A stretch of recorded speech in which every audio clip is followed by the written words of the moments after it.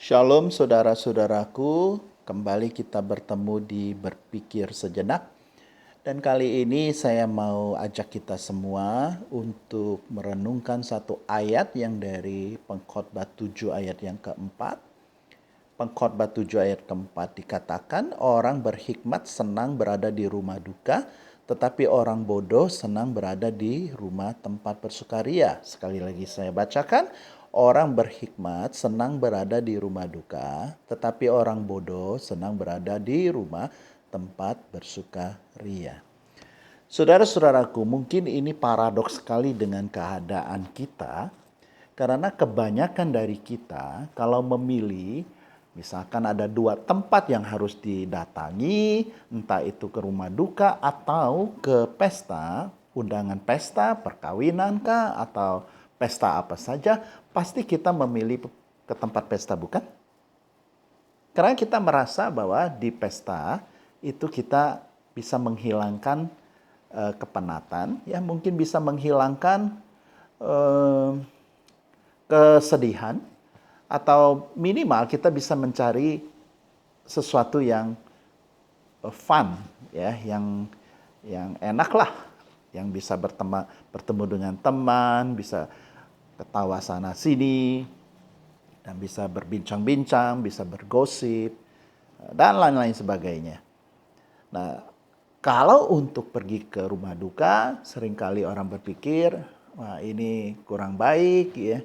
Bahkan ada yang percaya kalau ke rumah duka itu istilahnya ciong ya, bertentangan dengan hari lahirnya atau sionya atau zodiaknya atau apa sajalah alasannya, atau merasa sial kalau ke rumah duka karena kematian itu dianggap sial. Tetapi Alkitab mencatat bahwa orang berhikmat senang berada di rumah duka. Harus diingat, pengkhotbah ini penulisnya adalah Salomo. Salomo ini raja yang terbesar, ya, yang kaya, yang berhikmat. Jadi dia menulis ini bukan tidak ada dasarnya. Dia menulis ini dengan hikmatnya. Maka yang kita baca tadi hendaknya menjadi perenungan kita. Sekali lagi kalau kita mendapat undangan pesta dan ada pemberitahuan, ya, salah satu mungkin orang tua dari teman, kerabat, sanak famili yang meninggal, waktu yang bersamaan, pilih mana? Saya terus terang sudah lama membaca ayat ini dan saya coba memperhatikan, bahkan bukan memperhatikan saja, tetapi saya berusaha setiap kali ada informasi mengenai kematian yang saya kenal, tentunya saya akan ke sana ketimbang dengan undangan pesta. Belum tentu saya hadiri. Dan memang benar saat kita ke rumah duka, kita bisa memperhatikan orang yang sudah meninggal, ya, itu akan membuat kita merasa bahwa hidup ini sebenarnya fana sekali. Sehebat apapun orang itu masih hidup, sekaya apapun orang itu masih hidup, akhirnya yang ada adalah tinggal jasad.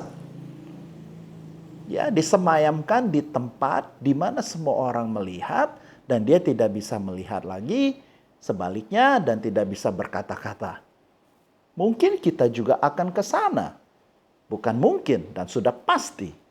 Nah, oleh sebab itu, bahkan di dalam ayat yang kedua dari pasal yang ketujuh ini, ya, kita mundur 2 ayat, dikatakan pergi ke rumah duka lebih baik daripada pergi ke rumah pesta. Karena di rumah dukalah kesudahan setiap manusia, hendaknya orang yang hidup memperhatikannya. Jadi ternyata kita diminta oleh ayat ini untuk memperhatikan orang yang sudah meninggal. Untuk apa memperhatikan? Supaya kita bisa menintrospeksi diri. Ya, menyadarkan diri kita sendiri agar sisa-sisa hidup yang masih ada ini bisa kita pakai untuk berbuat sesuatu yang lebih berguna. Yang lebih real, bukan kepalsuan dunia. Yang lebih nyata, berfungsi, bermanfaat bagi orang lain. Jadi, sekarang kita sudah tahu bahwa ternyata kita harus memperhatikan orang yang sudah meninggal. Bukan meninggalnya yang kita perhatikan, tetapi kita menyadari bahwa satu hari kita, apapun yang kita miliki, tidak bisa kita bawa. Kita tidak bisa mengandalkan siapa yang mengantar kita pada saat kita mati.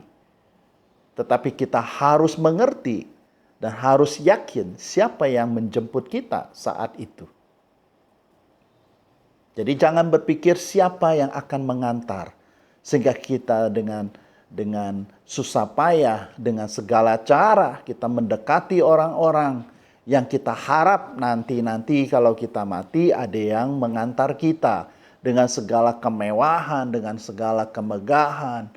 Mobil beriring-iringan, berapa banyak dari depan sampai belakang, lalu kita rasa kita akan bahagia atau senang. Tidak, kita tidak akan menyadarinya, kita tidak akan tahu lagi. Kita sudah mati saat itu. Nah, saudara-saudaraku, bukan berarti kita tidak boleh pergi ke pesta.